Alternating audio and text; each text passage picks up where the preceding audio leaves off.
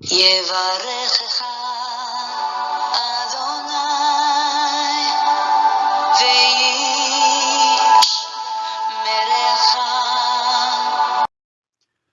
וישמרך. 바레크카 아도나이 베이시메레카. 사랑하는 성도 여러분, 오늘 하루도 전지전능하신 임마누엘의 하나님께서 여러분에게 복을 주시고 여러분을 안전하게 지켜주시기를 축복합니다. 아멘. 할렐루야. 오늘도 어김없이 우리 코에 호흡을 주셔서 살아 숨쉬게 하시는 여호와 하나님, 우리의 창조주를 송축합니다. 이 어두운 세상에 오셔서 그 빛으로 우리를 다시 살려내시고 빛의 자녀로 만드신 보배로운 피를 흘리신 우리 주 예수 그리스도 그 존귀한 이름을 찬양합니다. 오늘도 우리 속에 내주하시면서 예수 그리스도의 장성한 분량으로 이루도록 우리 가운데 역사해 주시는 성령 하나님의 놀라운 은혜를 찬양합니다.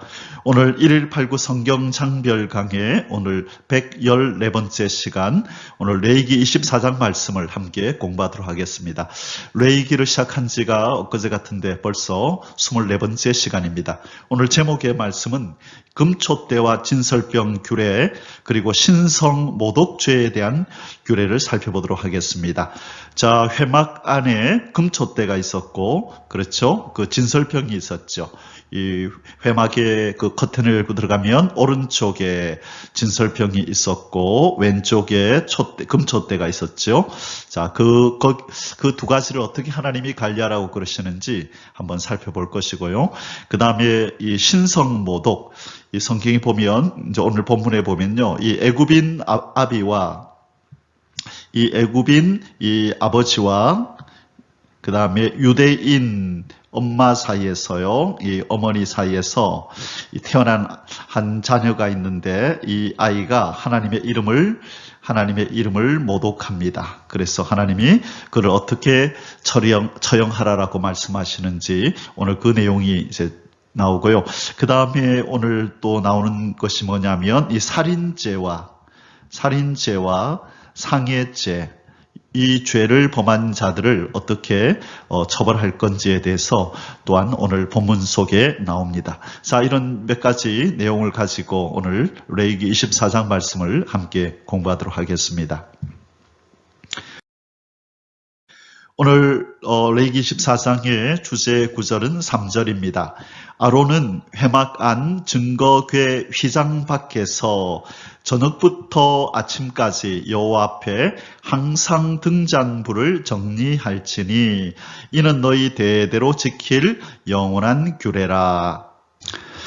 자, 여기서 아론은 회막 안 증거궤 휘장 밖이라고 하는 것은 바로 성소를 의미하겠죠. 그래서 지성소와 성소를 가로막은 그 휘장 밖, 그래서 저 지성소 쪽에서 볼 때 밖이니까 성소입니다. 성소에 있는 이 금촛대를 저녁부터 아침까지 여호와 앞에 항상 불을 켜놓고 이 등잔불을 정리하라는 말은 잘 관리하라는 거겠죠. 이 규정에 따라서 이 불이 항상 켜져 있을 수 있도록 지키라.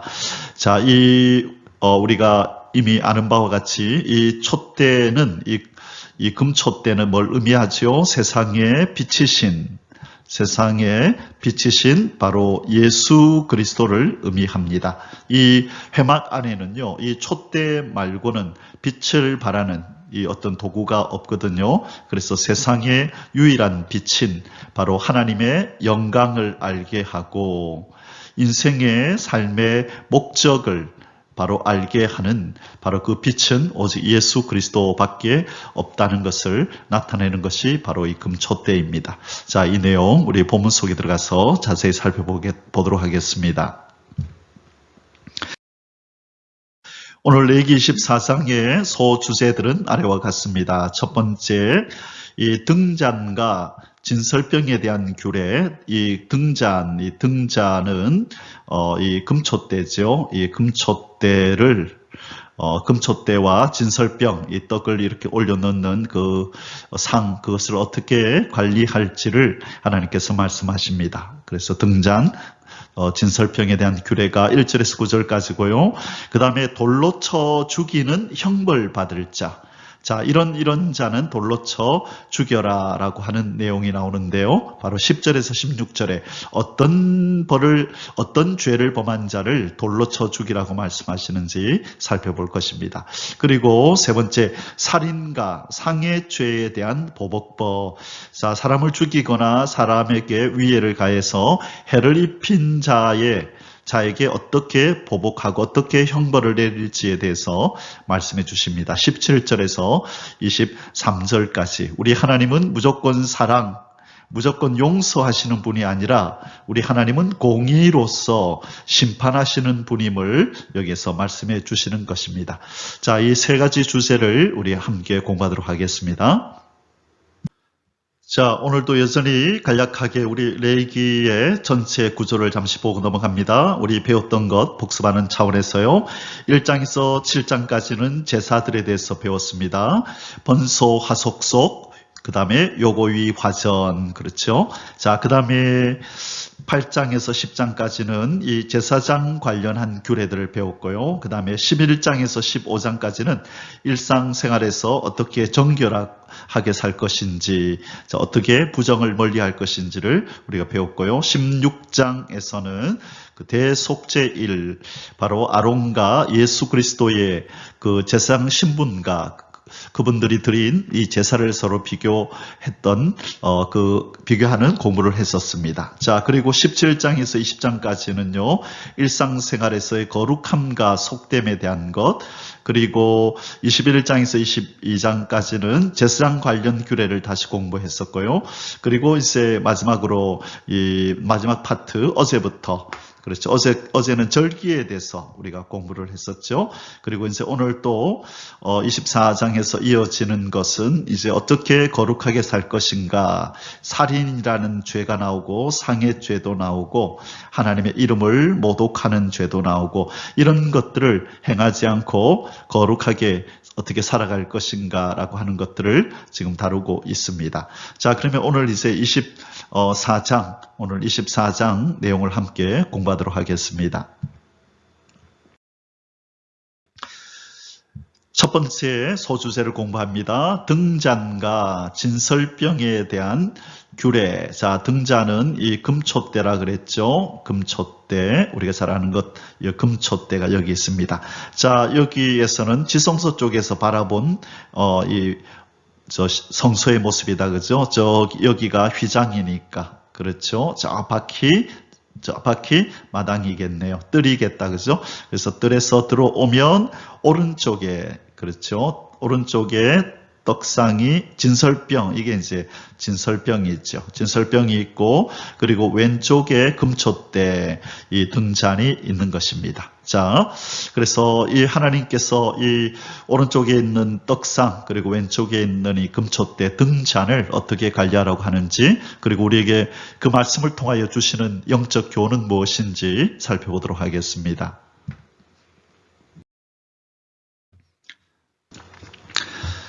자, 1번 등잔불을 항상 켜두라 명하시는 여호와 하나님. 자, 등잔불은 꺼트리면 안 됩니다. 항상 켜두어야 합니다. 1절에서 4절 여호와께서 모세에게 말씀하여 이르시되 이스라엘 자손에게 명령하여 불을 켜기 위하여 감람을 찌어낸 순결한 기름을 이 기름은 아주 이렇게 귀한 재료들을 가지고 만들었었죠. 우리 출애굽 때 하나님께서 이 기름을 만드는 재료들을 쭉 설명을 하셨습니다. 그래서 이 기름은, 그죠? 이 기름은 특별히 하나님께서 그 말씀에 하시는 그 재료를 가지고 만들어야지 임의로 마음대로 자기가 냄새 맡기 좋다고 그런 것을 자기들이 임의로 선택할 수 없이 하나님이 규정해 주신 대로 정하신 그 재료를 가지고 만들어야 됐습니다. 그것을 순결한 기름이라 그렇게 부릅니다. 내게로 가져오게 하여 계속해서 등잔불을 켜둘지며. 자, 계속해서라는 이것이 중요합니다. 영적으로 이것이 중요합니다. 여기서 등잔은 이 촛대, 특히 금으로 만들어서 우리는 금촛대라 그러고 이 성경에서는 등잔이라 나오는데 이것은 하나님의 임재를 나타내는 것이고, 그렇죠? 바로 예수 그리스도의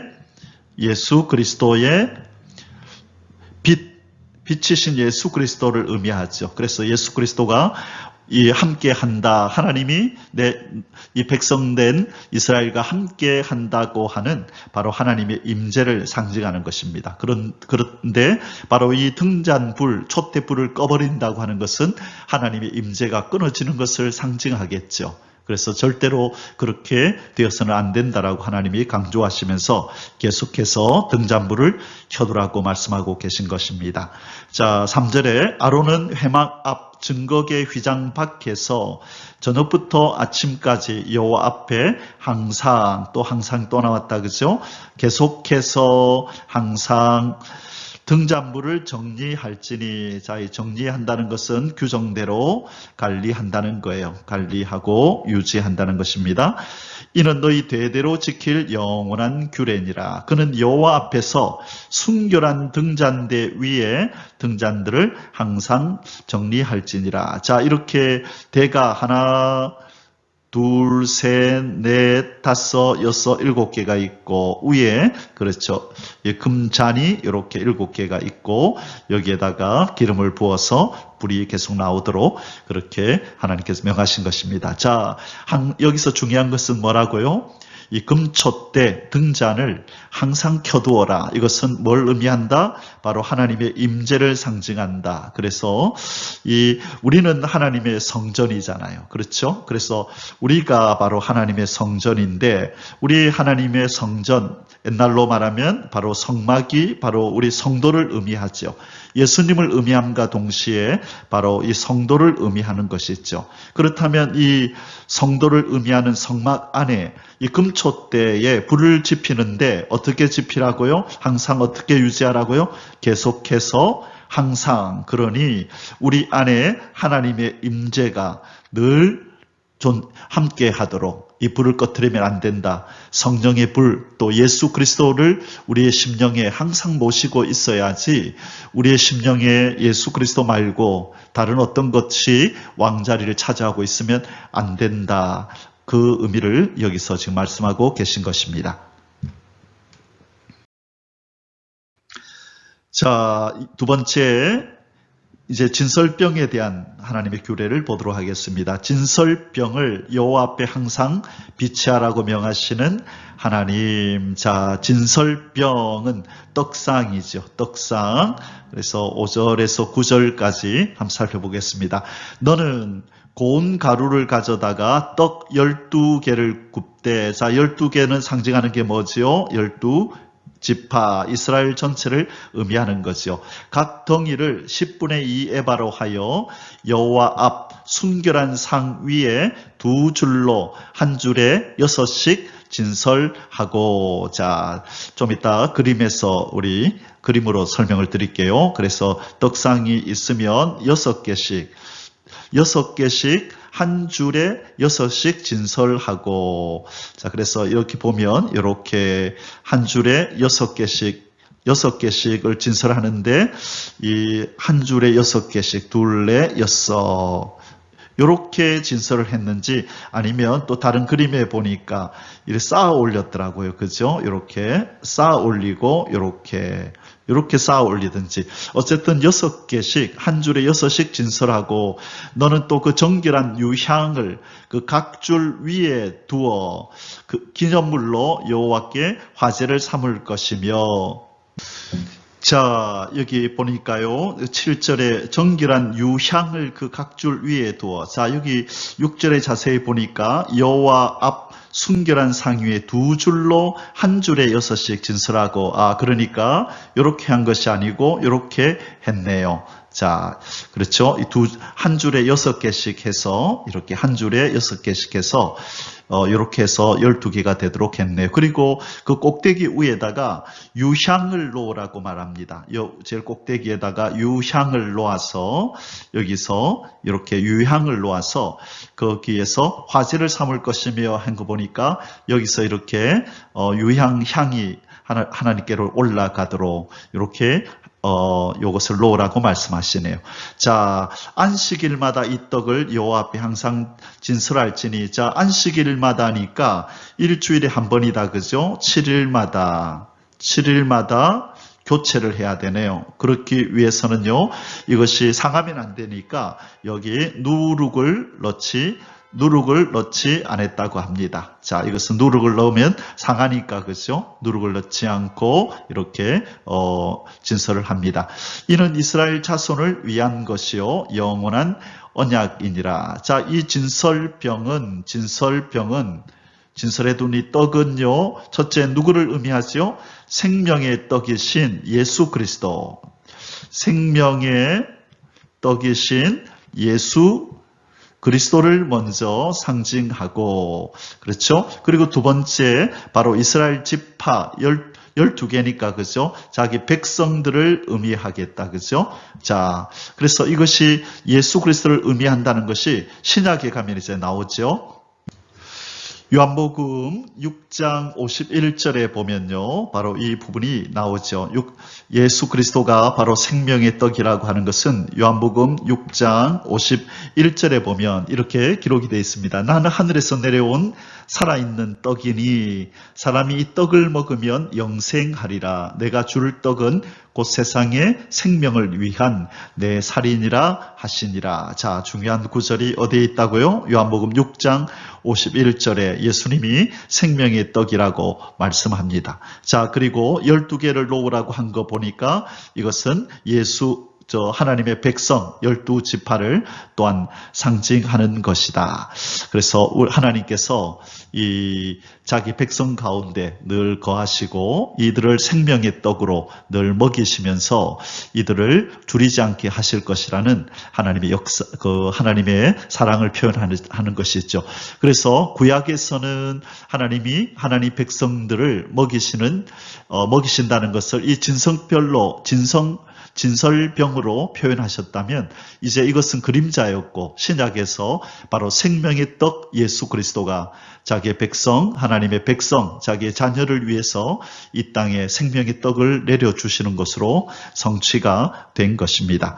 자, 9절 마저 읽겠습니다. 이 떡은 아론과 그 자손에게 돌리고, 자, 이 떡은 아론과 그 자손에게 돌리고, 그들은 그것을 거룩한 곳에서 먹을지니, 자, 이것은 이제 교체할 때, 누가 먹는다고요?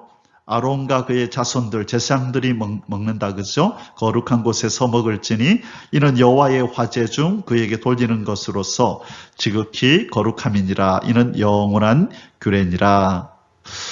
자, 여기서 보니까 이것은 화제라 그랬죠. 그런데 이 떡을 태워서 지금 드리지는 않잖아요. 그래서 왜 화제라고 했는가 하면 아까 여기 위에다가 유향을 놓는다 그랬죠. 유향을 태우잖아요. 그래서 이 떡 위에다가 유향을 태워서 그 향을 올려드리기 때문에 여기서는 화제라 그렇게 표현한 것입니다. 자, 그리고 이는 지극히 거룩한데 이는 영원한 규례다. 그렇게 표현하고 있습니다.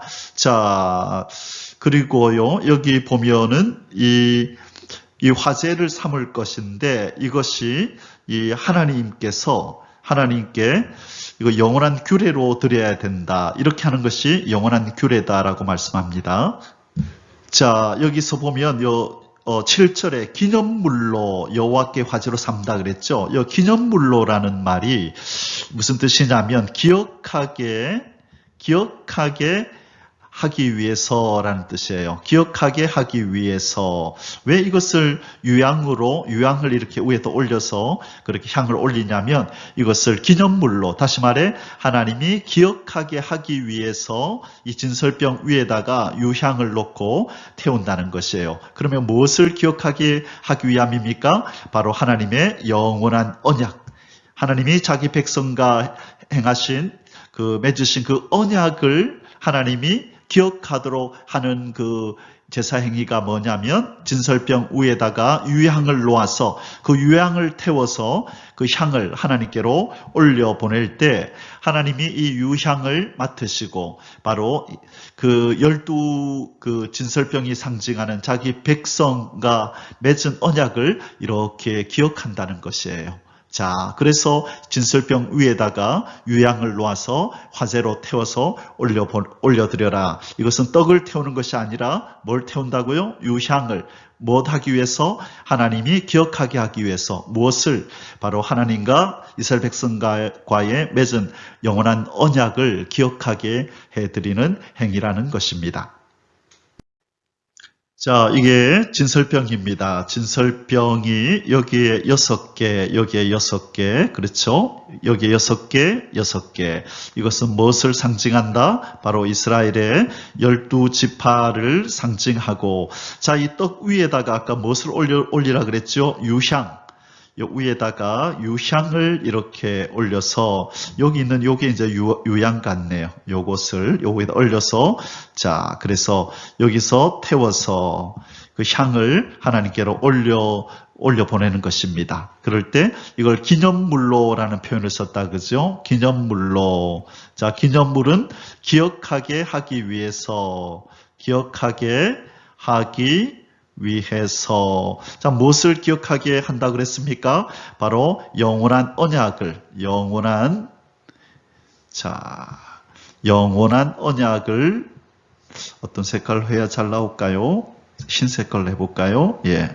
영원한 언약을 하나님께서 기억하게 하기 위해서 여기다 유황을 놓아서 이렇게 향을 올려드린다는 것입니다. 자, 이것이 진설병입니다.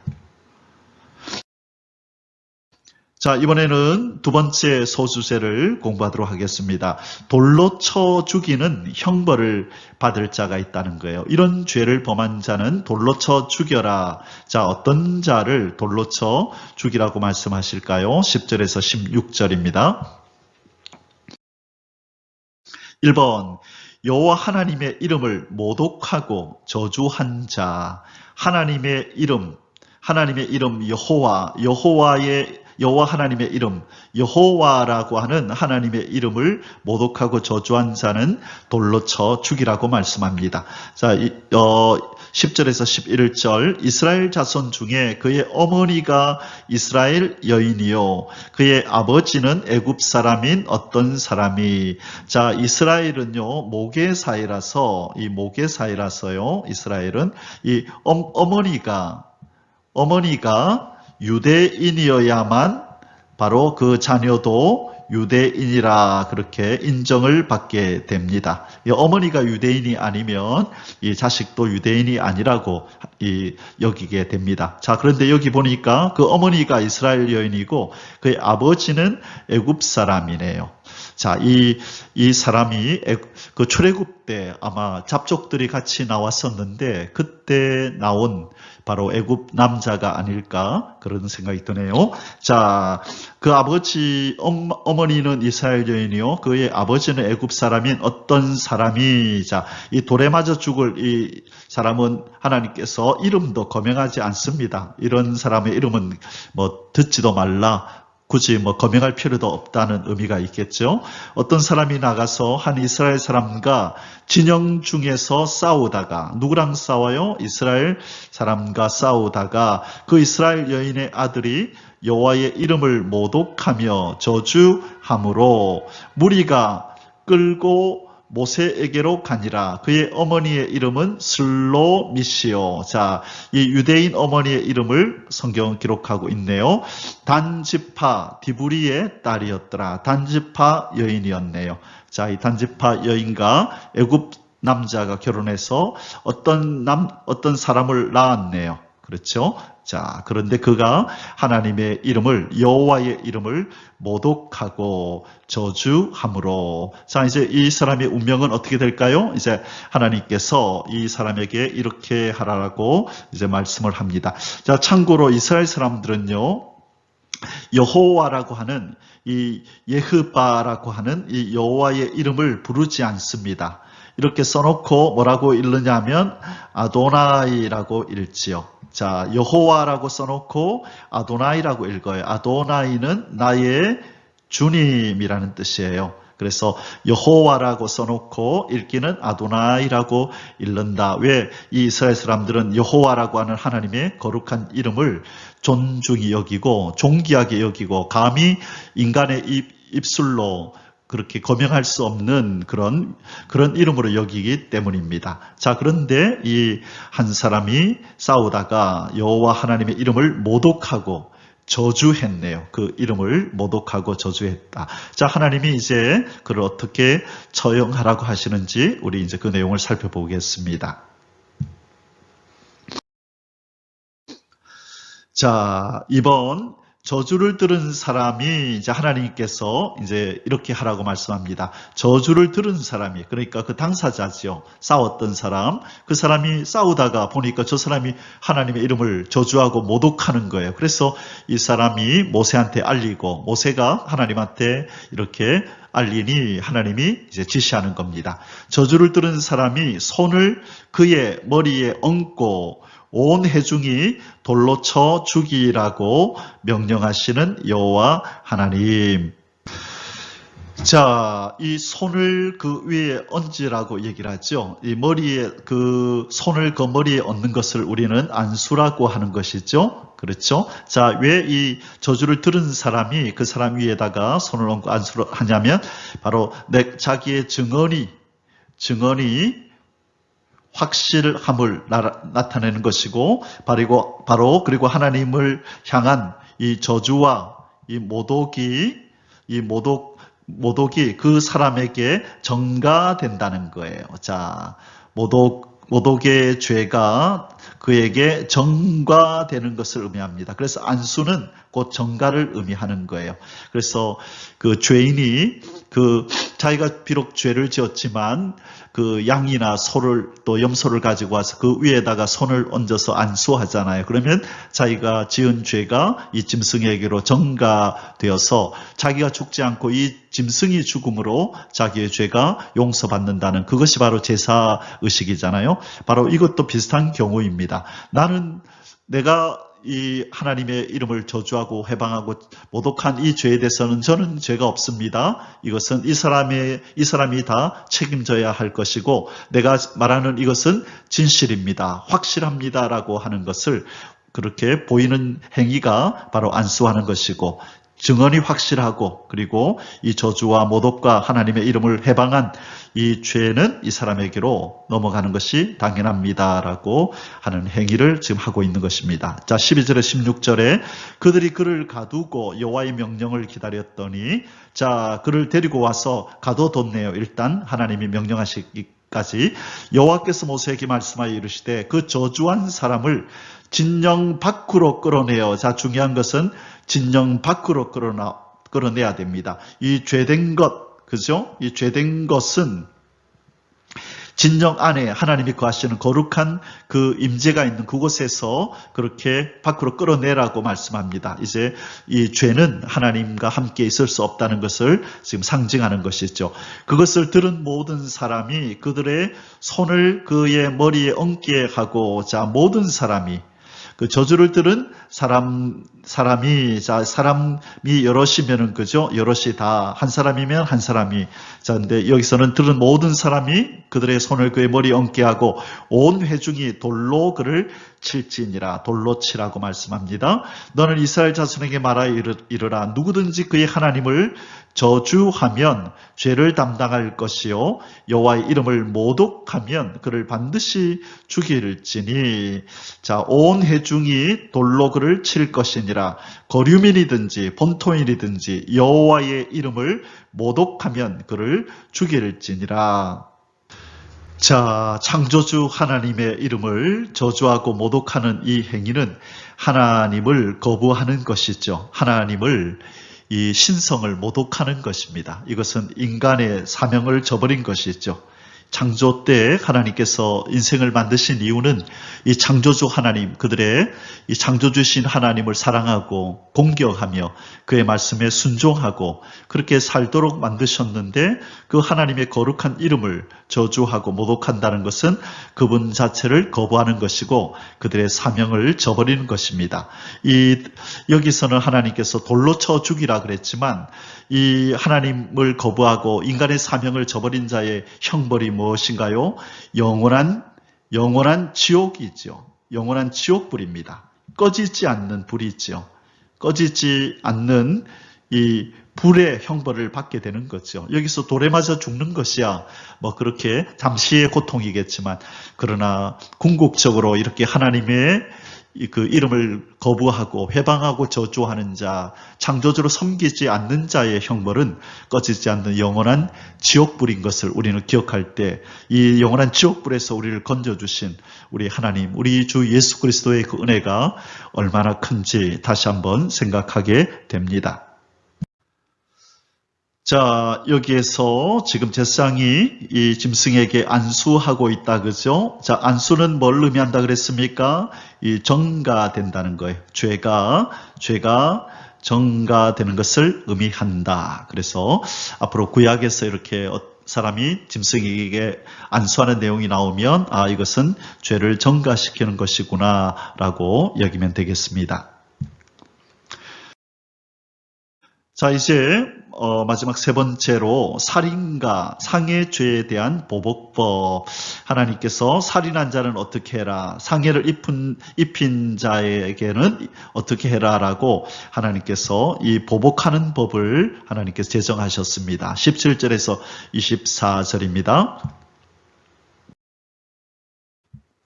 1번, 살인은 살인으로. 자, 사람을 죽인 것은 그 사람을 죽이는 것으로 보복하고 벌을 내리라라고 말씀합니다. 17절에서 18절, 사람을 쳐 죽인 자는 반드시 죽일 것이요, 짐승을 쳐 죽인 자는 짐승으로 짐승을 갚을 것이며. 자, 그렇죠. 사람을 죽였거나 짐승을 죽인 것, 그렇죠. 살상을 하게 되면 그것이 사람이면 그 사람을 죽이고, 그렇죠. 또 짐승을 쳐 죽인 자는 짐승으로 짐승을 갚을 것이며 그 사람의 짐승을 그렇게 쳐 죽이라고 말씀합니다. 이것이 하나님의 공의의 법입니다. 공의의 법, 하나님의 공의법. 그래서 하나님의 공의는 죄를 지은 자는 벌을 받게 돼 있는 거죠. 그 벌은 사망입니다. 이것이 공의로우신 하나님이 정하신 법이기 때문에 죄를 범한 자는 모두 다 이 사망에 이르러야 되는 형벌을 받아야 되는 운명에 놓이게 되는 것이죠. 자, 두 번째, 상해는 상해로. 자, 해를 입힌 것은, 그죠? 해를 입히는 것으로 갚으라. 19절에서 20절. 사람이 만일 그 이웃에게 상해를 입혔으면 그가 행한 대로 그에게 행할 것이니, 상처에는 상처로, 눈에는 눈으로, 이에는 이로 갚을지라. 남에게 상해를 입힌 그대로 그에게 그렇게 할 것이며, 짐승을 죽인 자는 그것을 물어줄 것이요, 사람을 죽인 자는 죽일지니, 거루민에게든지 본토인에게든지 그 법을 동일하게 할 것은 나는 너희의 하나님 여호와임이니라. 자, 구약에서는요, 하나님이 이 공의의 하나님, 이 공의의 하나님임을 분명하게 말씀을 하십니다. 주로 구약에서는요, 하나님의 공의가 많이 나타나죠. 뿐만 아니라 이 사랑의 하나님도 나타나지만, 이 주도적으로 하나님은 이 공의의 하나님인 것을 이 구약시대 때 주로 나타내셨고, 이제 신약에 들어가면 예수 그리스도가 이 땅에 오셔서 뭐를 선포하지요? 은혜의 날과 구원의 날을 선포하지요. 그래서 이제 공의의 하나님의 심판을 받지 아니하려거든 바로 예수 그리스도가 만든 그 구원의 십자가로 나와서 하나님의 은혜로 구원을 받으라. 이 구원의 때, 은혜의 때에 용서받지 못하면 장차 공의의 하나님이 나중에 심판을 하게 된다라고 하는 것이 구약과 신약에서 우리에게 말씀하시는 하나님의 진리인 것입니다. 자, 세 번째로 여호와 하나님의 이름을 모독하고 저주한 자를 돌로 쳐 죽이다. 자, 아까 처음에 1번에서 바로 이스라엘 여자와 애굽 남자 사이에서 낳은 어떤 사람이 하나님의 이름을 모독하고 저주했다, 그죠? 그래서 하나님이 명령을 내렸습니다. 돌로 쳐 죽이라고 말씀하시고, 그 중간에 살인한 자는 이렇게 하고, 짐승을 죽인 자는 이렇게 하고, 상해를 입힌 사람은 이렇게 하라고 이 보복법에 대해서 말씀하신 이후에, 자, 이제 말씀이 끝나고 나니까 하나님께서 명령하신 대로 하나님의 이름을 모독하고 저주한 자를 불러서 돌로 사형을 선고하는, 사형을 실행하는 장면이 나옵니다. 자, 23절에 모세가 이스라엘 자손에게 말하니 그들이 그 저주한 자를 진영 밖으로 끌어내어, 자, 진영 밖으로, 이 죄된 것은 진영 밖으로 끌어내서 하나님의 그 거룩한 임재에 손상을 입혀서는 안 됩니다. 자, 진영 밖으로 끌어내어 돌로 쳤더라. 이스라엘 자손이 여호와께서 모세에게 명령하신 대로 행하였더라. 그래서 하나님이 거하시는 이 진영을 거룩하게 유지하게 하신 것입니다. 바로 하나님이 거하시는 곳은 거룩한 자가 아니면 들어갈 수 없다라고 성경은 말씀하시는 겁니다. 사랑하는 성도 여러분, 오늘 레위기 24장의 이제 결론을 오늘 내리도록 하겠습니다. 항상 등잔불을 켜두라 하나님이 명령하셨지요. 자, 이것이 우리에게 주시는 교훈이 무엇일까요? 먼저 이 촛대는, 금촛대는 누구를 의미한다 그랬습니까? 빛이신 바로 예수 그리스도를 의미한다고 말씀드렸습니다. 그래서 우리 예수님은 바로 성전인 성도 안에 거하셔서 언제나 동행하시고 빛으로 역사해 주시기를 원한다 그러셨어요. 그래서 우리 보고도 뭐가 되라고 말씀하시죠? 빛이신 예수 그리스도가 성전인 우리 안에 거하시면서 우리 보고도 빛으로 세상을 밝히라고 말씀하신 것입니다. 그래서 마태복음 5장 14절에서 예수님이 너희는 세상의 빛이라 그렇게 말씀하시는 것입니다. 누가 빛이기 때문에? 바로 예수 그리스도가 빛이시기 때문에, 그렇죠? 그분이 거하시는 우리도 빛이라고 말씀하는 거예요. 그래서 어두운 세상을 밝히라 그렇게 말씀하신 것입니다. 그것이 바로 레위기 24장 3절에서 하나님께서 제사장 아론에게 저녁부터 아침까지 여호와 앞에 항상 등잔불을 정리하라고 말씀하신 것이 예수 그리스도께서, 대제사장이신 예수께서 바로 그 빛을 우리 가운데 비추시고 그리고 그 빛을 세상을 향하여 비추라 그렇게 말씀하시는 겁니다. 그래서 1차적으로 대제사장 아론에게 하신 이 명령이 실은 예수 그리스도를 의미하는 것이었고, 그렇죠? 그리고 예수님이 우리를 제사장으로 또한 만드셨죠. 그래서 우리가 이제 이 세상의 빛이 되고 이 세상을 밝히는 이 사명, 제사장의 사명을 감당해야 되는 것이죠. 아론이 그랬듯이 또 예수 그리스도가 제사장이시면서 빛이셨듯이 우리가 바로 이 예수님이 만들어주신 제사장이면서 동시에 세상의 빛으로서 이 어둠을 밝게 될 사명이 있다는 것을 바로 이 금촛대에 불을 항상 켜두라는 말씀 속에 그 의미가 있는 것입니다.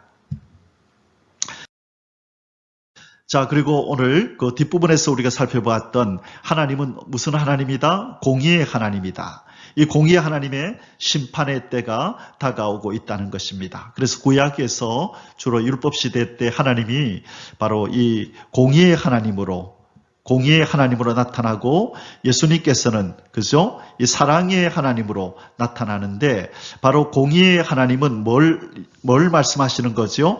죄의 싹은 사망이다. 죄를 범한 자는 반드시 죽는다라는 것을 말씀하시고 예수 그리스도께서는 이 사랑의 예수님께서 오셔서 용서받아야 한다.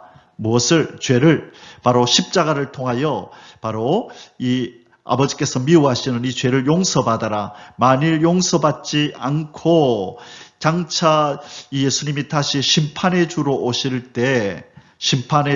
때까지 죄를 용서받지 못한 자는 영원한 형벌을 받게 된다. 그것을 말씀해 주시는 것이 바로 오늘 그 레위기 24장의 뒷부분이었던 것이죠. 자, 우리 하나님은 사랑의 하나님일 뿐만 아니라 무슨 하나님이라고요? 공의의 하나님, 핏값을 갚아주시는 보복의 하나님이라는 것입니다. 그래서 하나님께서 원수 갚는 것이 내게 있으니 너희가 갚지 말고 내게 맡기라. 로마서에 보면 그런 말씀이 나오죠. 그래서 하나님은 원수를 용서하라고도 말씀하지만 우리 보고는 용서하라 그랬지만 하나님은 원수를 갚으시겠다 말씀하시는 겁니다. 왜? 공의의 하나님이기 때문에 죄를 지은 자는 반드시 처벌하시는 것이 하나님의 공의이기 때문입니다. 자, 예수님의 본을 받아서 순교를 당할 때 저들이 하는 저 행위를 용서해 주십시오. 저들이 하는 짓을 자기들이 무슨 짓을 하는지를 모르고 저렇게 합니다라고 그렇게 기도하며 죽었던 많은 순교자들이 지금 하나님 보좌 앞에서 이상한 기도를 합니다. 그 기도가 뭘까요? 자, 계시록 6장 9절에서 11절까지인데요. 다섯째 인을 떼실 때에 내가 보니 하나님의 말씀과 그들이 가진 증거로 말미암아 죽임을 당한 영혼들이 누구죠? 순교자들이 제단 아래에 있어 큰 소리로 불러 이르되 거룩하고 참되신 대주제여 땅에 거하는 자들을 심판하여 우리 피를 갚아주지 아니하시기를 어느 때까지 하시려나이까 하니 하나님 저 땅에 있는 자들을 심판하셔서 우리 피값 갚아주십시오. 자, 그러면 하나님이 얘들아 지금 무슨 소리 하는 거냐? 용서해달라고 해야지 심판해달라니 그렇게 하나님이 반문하셔야 되지 않나요? 아니죠. 하나님은 공의의 하나님이라 그랬잖아요. 참으시고 기다리시는 겁니다. 은혜의 때, 구원의 날 동안은 기다리지만 이제 요한계시록에서 이 순교자들이 알아차린 것입니다. 이제 공의의 심판의 때가 임박했음을 하나님 이제 공의를 베푸소서 그렇게 지금 기도하는 것입니다. 그러자 하나님이 어떻게 말씀하시나요?